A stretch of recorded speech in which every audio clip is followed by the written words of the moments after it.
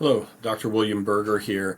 I had a patient today ask me about chronic kidney disease and just what are the basics of it. He had some particular concerns that we needed to chat about. So I thought I would just share the very basics of kidney function and how we can protect our kidneys, essentially. First, a little bit about what they do. The kidneys, of course, are filtering waste products out of the blood and maintaining proper blood pressure. So they're exquisitely sensitive to blood pressure. All of the very small capillaries, which become the glomeruli, the filtration apparatus in the kidney, are really, really sensitive to pressure and fluid status. The kidney also helps us to make red blood cells and to produce the active form of vitamin D. But as I alluded to, kidney function can be decreased by not maintaining your blood pressure. That's one of the number one reasons that people develop chronic kidney disease. This is typically a slow, progressive problem, but it's one of the main reasons, besides, of course, decreasing risk for heart attack and stroke, that we want to maintain a blood pressure. We used to say under 130/90. These days we're saying under 120/80. Another way that the kidneys are commonly damaged is diabetes. So keeping a proper normal blood sugar on a consistent basis, really, really important for maintaining the health of your kidneys. Now, the kidneys can be damaged by a number of other things. You can have infections, you can have inflammatory conditions that cause something called glomerulonephritis. The kidneys are fascinating organs with so many different ways that they work and ways that things can go wrong. So today I'm just going to talk in very, very broad brushstrokes, but there's really a lot more than what I can cover in a couple minutes today. There's a genetic form of kidney disease called adult polycystic kidney disease, where you develop lots of cysts in the kidneys. That can be a problem.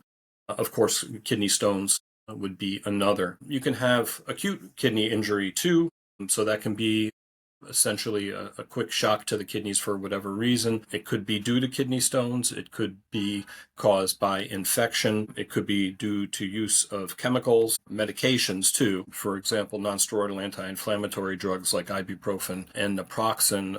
Chronic high doses of those are a common cause of kidney problems too, and you need to avoid them if you do have issues with your renal function.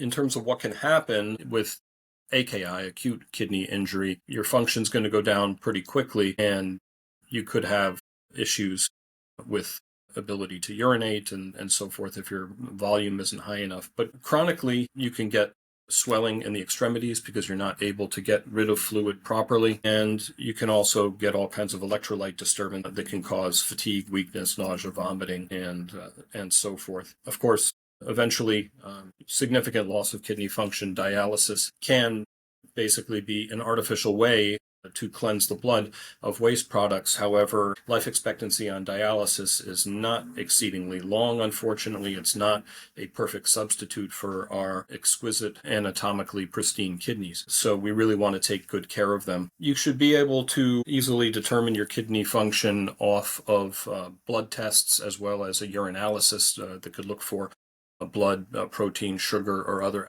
abnormalities, crystals, and so forth in the urine.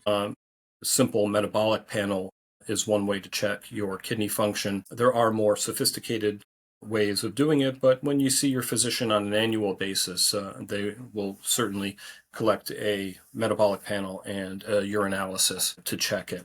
Long story short, you really want to make sure you check it annually, your renal function, and you want to do your best to protect your kidneys. First and foremost would be blood pressure control, as well as managing your blood sugar. So a lot more that could be gotten into today, but just wanted to give you a little quick overview since someone had asked me about it. And of course, everything that I provide in these videos is for educational purposes only, and we have not established a doctor-patient relation. This is not to be considered medical advice. If you have particular questions or concerns, you should direct them to your health professionals. If you'd like to reach out to us in the future, our office number 516-604-4341, northeastmedicalpractice.com, our various social media outlets, or my podcast on Spotify called Longevity MD, where I talk about all different aspects of health optimization with other physicians about such topics. But until we see each other again, be in good health.